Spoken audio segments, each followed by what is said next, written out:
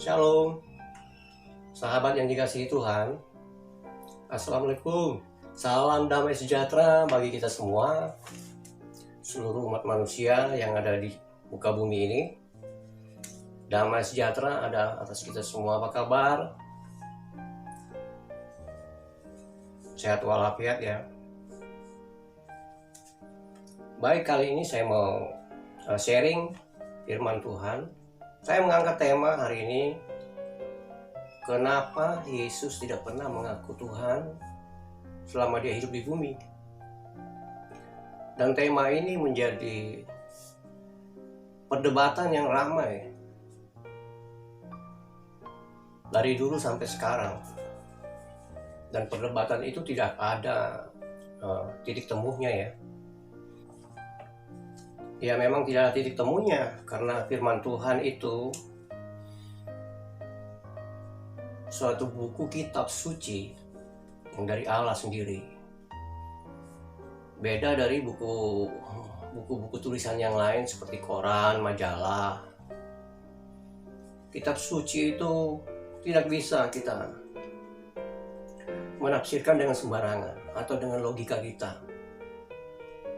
Sebab kitab suci itu mengandung hal-hal yang supranatural, hal-hal yang gaib, yang goib, mengandung hal-hal yang roh, sehingga dibilang rohani, kerohanian, sehingga kita nggak bisa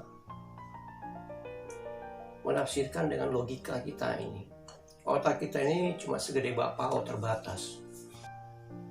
Mata hati kita harus terbuka, mata roh kita di dalam ini harus terbuka, mata batin kita harus terbuka, sehingga kita dapat mengerti hal-hal yang roh, hal-hal yang supranatural yang terdapat dalam firman Tuhan. Oke, baik, kita kembali ke tema utama kita. Kali ini saya mau sharing kepada sahabat semua. Temanya, kenapa Yesus selama di bumi tidak pernah mengaku Tuhan. Yang perlu sahabat tahu bahwa Yesus itu adalah Allah sendiri, Allah yang hidup, Allah yang bertahta di atas kerajaan surga. Kenapa dia turun ke dunia? Apakah dia kurang kerjaan atau dia mau jalan-jalan ke dunia? No, Allah mengasihi umat manusia. Allah menghendaki umat manusia suatu kelak nanti bersama-sama dengan Dia di surga. Allah mengasihi manusia, manusia itu adalah makhluk mulia. Kitab suci mencatat di kitab Filipi pasal 2 ayat 7, ya Yesus datang ke dunia. Dia mengosongkan dirinya. Segala yang namanya maha-maha itu dia tanggalkan. Apa yang ditanggalkannya? Apa itu? Dia lepaskan. Kitab suci mencatat dia mengosongkan dirinya dan turun ke dunia menjadi sama dengan manusia. Seperti pada manusia pada umumnya. Dia bisa merasakan sakit. Dia merasakan gembira. Dia merasakan penderitaan. Apa yang dialami manusia, dia mengalami juga, karena dia murni menjadi manusia. Dia datang ke dunia untuk menghinakan dirinya. Dia lahir di kandang domba, bukan di rumah.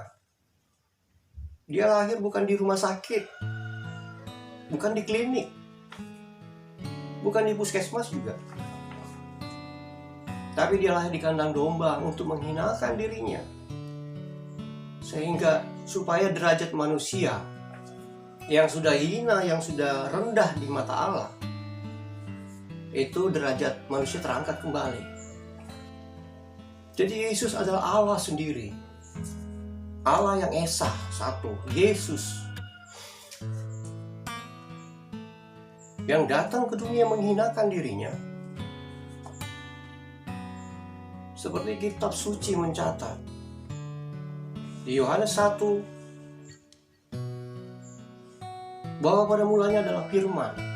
Firman itu bersama-sama dengan Allah. Artinya Yesus ini Allah itu sendiri. Yohanes 1 ayat 14,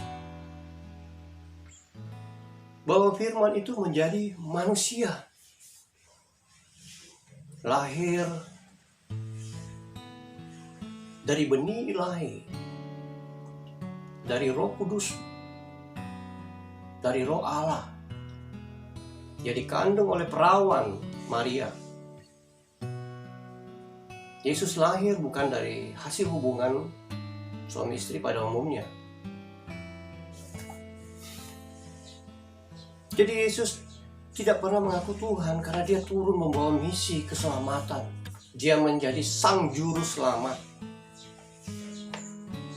Itulah Injil, itulah inti Injil. Inti Injil itu berita keselamatan, bukan berita kemakmuran. Dan untuk menjadi sang juru selamat, Yesus tahu persis akibatnya, konsekuensi yang harus ditanggung.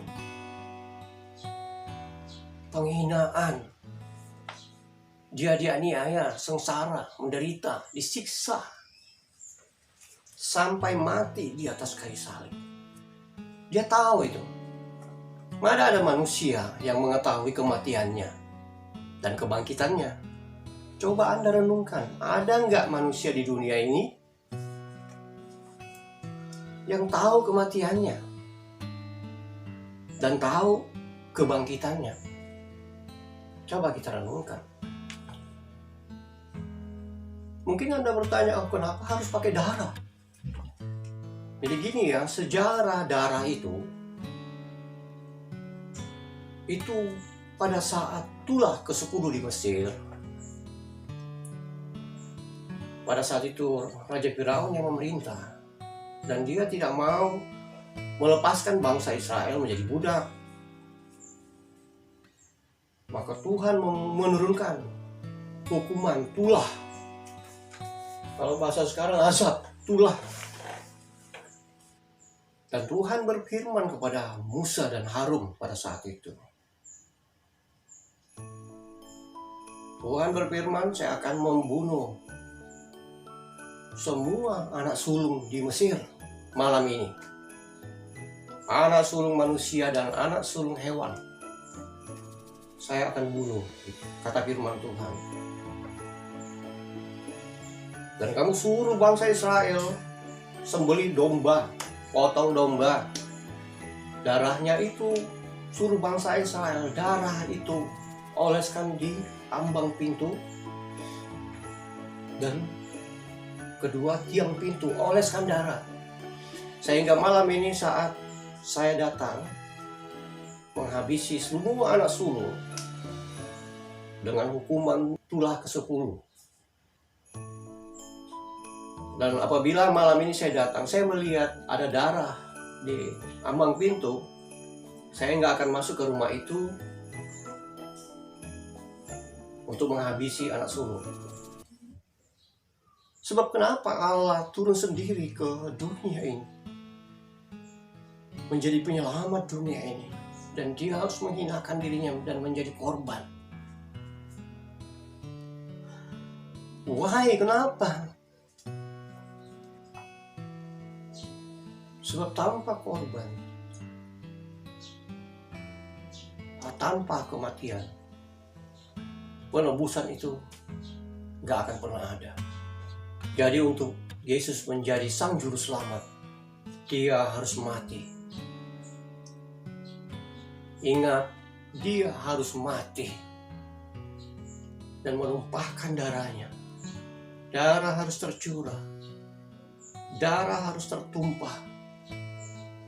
Darah inilah yang menjadi penebus dosa seluruh umat manusia dan saya. Jadi makanya Allah itu tidak pernah mau pamer, menyebut-nyebut dirinya, mengaku-ngaku dirinya sebagai Tuhan. Dan itu nggak pernah tercatat, nggak pernah tertulis dia mengaku Tuhan. Why? Kenapa? Ya kalau dia mengaku Tuhan, artinya dia meninggikan diri, menyombongkan diri, bukan merendahkan diri, bukan menghinakan dirinya. Coba Anda renungkan itu. Coba Anda analisa, amat-amatin. Oh iya, kenapa itu? Yesus kok kurang kerjaannya? Dia harus mati, disiksa, menjadi tumbal sampai mati di atas kayu salib. Itulah kasih Allah yang kita nggak bisa selamin pakai otak kita. Harus ada kematian, harus ada darah yang tertumpah. Itulah korban penebusan. Kemudian kenapa dia nggak pernah mengaku Tuhan? Nggak pernah tercatat bahwa dia mengaku Tuhan. Lah iya dong, masa dia turun ke dunia menghinakan dirinya, kemudian dia meninggikan diri, menyombongkan diri, dia teriak-teriak, "Woi, saya ini Tuhan. Woi, saya ini Rasul, saya ini Nabi, saya ini Tuhan, sembah saya." Kalau dia ngaku-ngaku Tuhan, artinya misi keselamatan Yesus itu gagal total, bubar. Dan Injil nggak akan pernah ada di dunia ini. Ingat itu ya, coba kita renungkan. Betapa hebatnya kasih Allah itu, dia turun menjadi manusia. Jadi Yesus tidak pernah mengaku Tuhan karena dia turun membawa misi keselamatan. Dia menjadi sang juru selamat. Itulah Injil, itulah inti Injil. Inti Injil itu berita keselamatan, bukan berita kemakmuran. Oke, baik. Itulah tadi sharing